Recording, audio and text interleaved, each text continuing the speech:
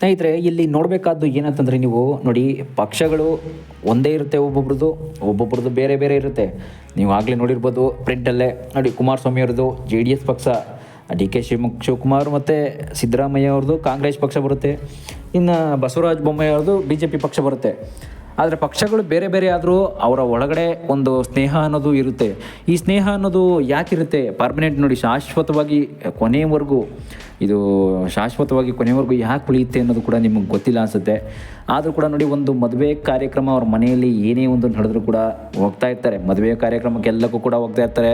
ಒಂದು ಸಂಪ್ರದಾಯಗಳು, ಶುಭ ಸಮಾರಂಭಗಳು ಏನೇ ಇರಲಿ ಎಲ್ಲಕ್ಕೂ ಕೂಡ ಹೋಗ್ತಾ ಇರ್ತಾರೆ ನಮ್ಮ ರಾಜಕೀಯ ವ್ಯಕ್ತಿಗಳು. ನೀವು ನೋಡಿರ್ಬೋದು, ಅವ್ರ ಪಕ್ಷಗಳಲ್ಲಿ ಮಾತ್ರ ಗಲಾಟೆ ಮಾಡಿಕೊಂಡ್ರು ಕೂಡ ಅವರು ವಿಧಾನಸಭೆಯಲ್ಲಿ, ವಿಧಾನ ಪರಿಷತ್ತಲ್ಲಿ, ವಿಧಾನಸೌಧದಲ್ಲೂ ಕೂಡ, ಒಂದು ಪಾರ್ಲಿಮೆಂಟಲ್ಲೂ ಕೂಡ ಗಲಾಟೆ ಮಾಡಿಕೊಂಡ್ರು ಕೂಡ ಅವರ ಒಂದು ಶುಭ ಸಮಾರಂಭಗಳಿಗೆ ಅವರು ಮಿಸ್ ಮಾಡೋದೇ ಇಲ್ಲ, ಹೋಗ್ತಾನೆ ಇರ್ತಾರೆ. ನೋಡಿ, ಎಲ್ಲೇ ಆದರೂ ಸರಿ ಹೋಗ್ತಾ ಇರ್ತಾರೆ ಶುಭ ಸಮಾರಂಭಗಳಿಗೆ.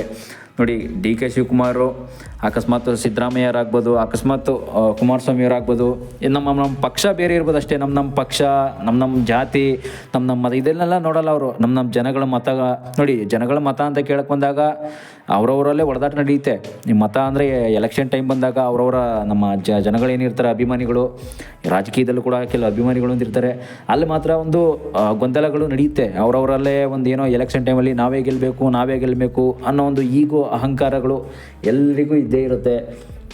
ಇದು ನಮ್ಮ ಪಕ್ಷಕ್ಕೆ ಓಟ್ ಹಾಕಬೇಕು, ನೀವು ನಮ್ಮ ಪಕ್ಷದಲ್ಲೇ ಗೆಲ್ಲಿಸ್ಬೇಕು ಇವ್ರನ್ನ ಅಂತಾಗೆಲ್ಲ ತುಂಬ ನೀವು ನೋಡಿರ್ತೀರ.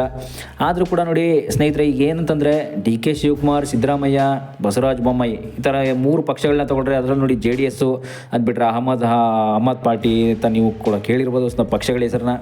ತುಂಬ ಪಕ್ಷಗಳ ಹೆಸರು ಇದೆ, ತುಂಬಗಳಿದೆ ನೋಡಿ. ನಮ್ಮ ಕರ್ನಾಟಕದಲ್ಲೂ ಕೂಡ ಆಮ್ ಆದ್ಮಿ ಪಾರ್ಟಿ ಅಂತ ಕೂಡ ಬಂದಿದೆ ಆಲ್ರೆಡಿ ಮೊದಲೇ.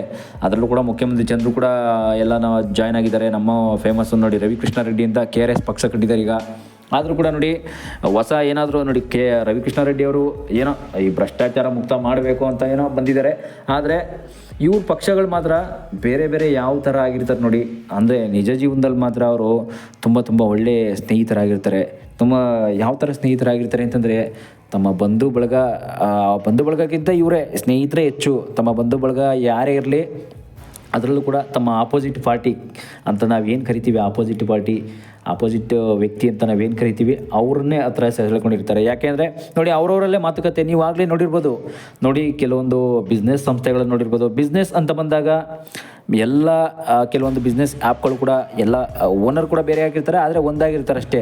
ನೋಡಿ, ಕೆಲವೊಂದು ನೀವು ಅಮೆಜಾನ್, ಫ್ಲಿಪ್ಕಾರ್ಟ್ ಅಂತ ಕಾಮರ್ಸ್ ಆ್ಯಪ್ಗಳನ್ನು ನೋಡ್ಬೋದು. ಅವರು ಕೂಡ ಅಷ್ಟೇ, ಅವ್ರದ್ದೆಲ್ಲ ಬಿಸ್ನೆಸ್ ಮ್ಯಾನ್ಗಳು ಕೂಡ ಒಂದೇ ಮೈನು, ಒಂದೇ ಬ್ರೈನ್ ಥರ ಇರ್ತಾರೆ ಅವರು ಅಷ್ಟೇ, ಒಂದೇ ಮೈಂಡ್ ಥರ ಇರ್ತಾರೆ. ಆದರೆ ಅವ್ರದ್ದು ಆ್ಯಪ್ಗಳು ಬೇರೆ ಮತ್ತು ಅವ್ರ ಆ್ಯಪ್ಗಳು ಓನರ್ಗಳು ಬೇರೆ ಆಗಿರ್ತಾರೆ.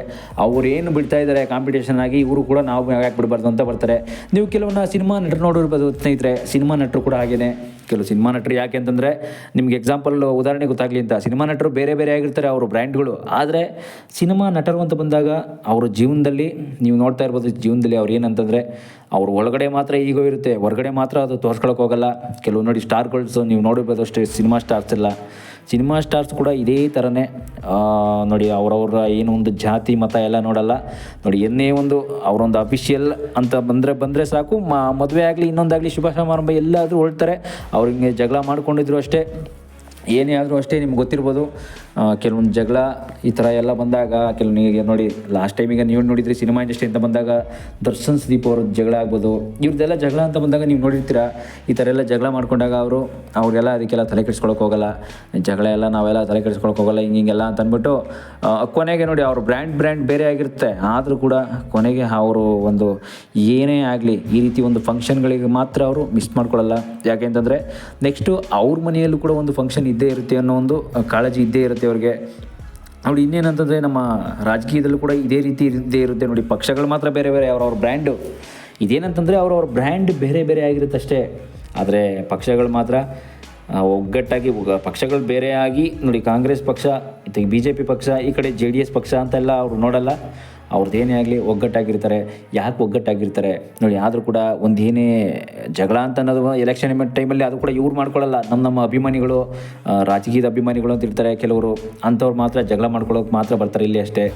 ಆದರೆ ನೋಡಿ, ಜಗಳ ಮಾಡ್ಕೊಳ್ಳೋದಂತೂ ಕೂಡ ಈಗ ಏನಿದೆ ಅಂತದ್ದು ಈಗ ಇಲ್ಲಿ ಸ್ನೇಹಿತರೆ, ಎಂತೆಂಥ ಪಾರ್ಟಿಗಳನ್ನು ನಾವು ನೋಡಿದ್ವಿ. ಈಗ ಆಮ್ ಆದ್ಮಿ ಪಾರ್ಟಿ ಅಂತ ಅನ್ನೋದು ನಮ್ಮ ಕರ್ನಾಟಕದಲ್ಲೂ ಕೂಡ ಫೇಮಸ್ ಆಗಬೇಕು ಅಂತ ಆಲ್ ಓವರ್ ಇಂಡಿಯಾ ಬರ್ತಾ ಇದೆ.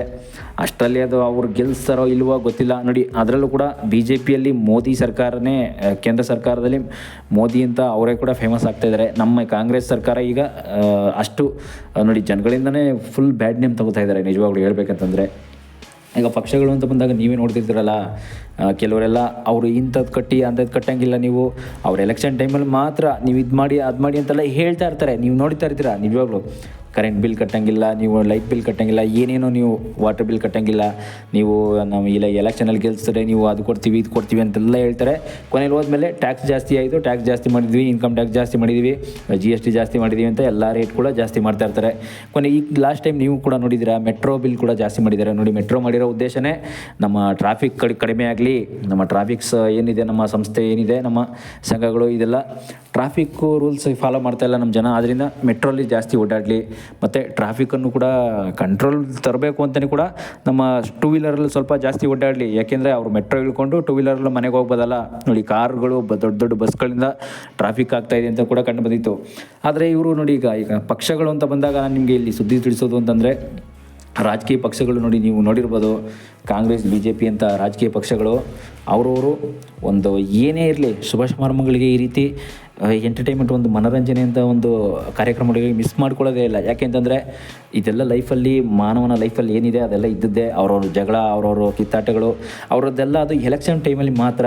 ನೀವು ಗೊತ್ತಿರ್ಬೋದು ನಿಮಗೆ ಸ್ನೇಹಿತರೆ, ಎಲೆಕ್ಷನ್ ಟೈಮಲ್ಲಿ ಯಾಕೆ ಈ ಥರ ಮಾಡ್ಕೋತಾರೆ, ಬೇರೆ ಟೈಮಲ್ಲೆಲ್ಲ ಯಾಕೆ ಈ ಥರ ಮಾಡ್ಕೊಳ್ಳಲ್ಲ. ಎಲೆಕ್ಷನ್ ಟೈಮಲ್ಲಿ ಅಂತಂದರೆ ನಾನು ಅನ್ನೋ ಅಹಂಕಾರ, ಈಗೋ ಎಲ್ರಿಗೂ ಇರುತ್ತೆ, ಅದೆಲ್ರಿಗೂ ಇರುತ್ತೆ ಒಳಗಡೆ, ಅದನ್ನು ತೋರಿಸ್ಕೊಳ್ಳಲ್ಲ ಅಷ್ಟೇ.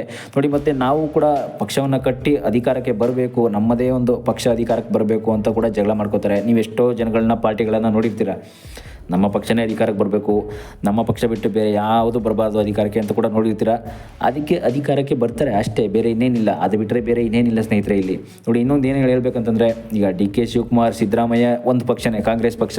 ನೀವು ನೋಡಿರ್ತೀರ, JDS ಅಂತ ಬಂದರೆ ಕುಮಾರಸ್ವಾಮಿ, ದೇವೇಗೌಡರದು ಅವ್ರದ್ದೇ ಒಂದು ಪಕ್ಷ. ನೋಡಿ, ಇನ್ನೊಂದು ಬೇರೆ JDS ಎಲ್ಲ ಬೇರೆ ಕಡೆ ಎಲ್ಲ ಜಾಸ್ತಿ ಬರಲ್ಲ ಜಿಲ್ಲೆಗಳಲ್ಲಿ. ನಾವು ಅದು ಬಿಟ್ಟರೆ ನಮ್ಮ ಮಂಡ್ಯ, ಮೈಸೂರು ಕಡೆ ಸ್ವಲ್ಪ ಭಾಗಗಳಲ್ಲಿ, ಬೆಂಗಳೂರು ಭಾಗಗಳಲ್ಲಿ ಬರುತ್ತೆ ಅಷ್ಟೇ JDS. ಆದರೆ JDS ಪಕ್ಷ ಬಂದಾಗ ನಮ್ಮ ಕುಮಾರಸ್ವಾಮಿನೇ ಮುಖ್ಯಮಂತ್ರಿ ಆಗ್ತಾರೆ. ಕಾಂಗ್ರೆಸ್ ಪಕ್ಷ ಬಂದಾಗ ನಮ್ಮ ಸಿದ್ದರಾಮಯ್ಯವರು ನೆಕ್ಸ್ಟ್. ನೋಡಿ, ಸಿದ್ದರಾಮಯ್ಯವ್ರು ಏನಾದರೂ ಅವ್ರಿಗೂ ಕೂಡ ವಯಸ್ಸಾಯಿತು, ಏಜ್ ಆಯಿತು ಅಂತಂದಾಗ ನೆಕ್ಸ್ಟ್ ಬೇರೆ ಯಾರೋ ಆ ಪಟ್ಟಕ್ಕೆ ಬರ್ತಾರೆ ಅಂತ ಹೇಳ್ಬೋದು. ಅದು ಬಿಟ್ಟರೆ ಈಗ DCM ಆಗಿ DK ಶಿವಕುಮಾರ್ ಅಂತ ಹೇಳ್ಬೋದು. ಅದು ಬಿಟ್ಟರೆ ನೋಡಿ, ಫಸ್ಟು BJP ಸರ್ಕಾರ ಇದ್ದಾಗ ಬಸವರಾಜ ಬೊಮ್ಮಾಯಿ ಅವರು ವಹಿಸ್ಕೊಂಡಿದ್ರು. ಬಸವರಾಜ ಬೊಮ್ಮಾಯಿಗಿಂತ ಮುಂಚೆನೇ ಯಡಿಯೂರಪ್ಪ ಎಲ್ಲ ಇದ್ದರು. ಯಡಿಯೂರಪ್ಪ ಎಲ್ಲ ತುಂಬ ಒಳ್ಳೆಯದನ್ನೆಲ್ಲ ಮಾಡಿದರು. ಅವರು ಕೂಡ ತುಂಬ ಯೋಜನೆಗಳನ್ನು ಮಾಡಿ ತುಂಬ ನಮ್ಮ ಜನಗಳು ಕೂಡ ಹೆಲ್ಪನ್ನು ಮಾಡ್ತಿದ್ರು. ಆದರೆ ಏನಂತಂದರೆ, ಅವ್ರವ್ರ ಸರ್ಕಾರ ಯಾವ ರೀತಿ ಚೇಂಜ್ ಆಗುತ್ತೆ ಅನ್ನೋದು ನಾನು ನಿಮಗೆ ನೆಕ್ಸ್ಟ್ ವೀಡಿಯೋದಲ್ಲಿ ಫುಲ್ಲು ಡೀಟೇಲ್ಸನ್ನು ತಿಳಿಸ್ಕೊಡ್ತೀನಿ.